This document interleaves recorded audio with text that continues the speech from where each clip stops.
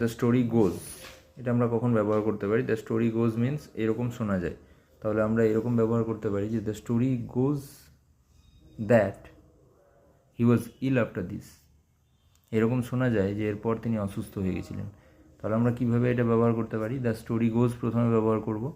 The story গোজ যখনই আমাদের কখনো বলার ইচ্ছে করবে যে পুরনো পাস্ট কোনো জিনিস, যেটা অতীতের কোনো গল্প, যে এরকম শোনা যায় যে সে নাকি খুব ভালো গায়ক ছিল, হ্যাঁ, তাহলে কী বলবো? The story goes that he was a very good singer. যদি এরকম শোনা যায় যে তার হাতে, তার গায়ে সহস্র হাতির বল ছিল, তাহলে বলতে হবে যে the story goes that he had the power of 1000 elephants and so on and so on. এইভাবে আমরা এক একটা ফ্রেজ ব্যবহার করতে পারি দ্য স্টোরি গোজ।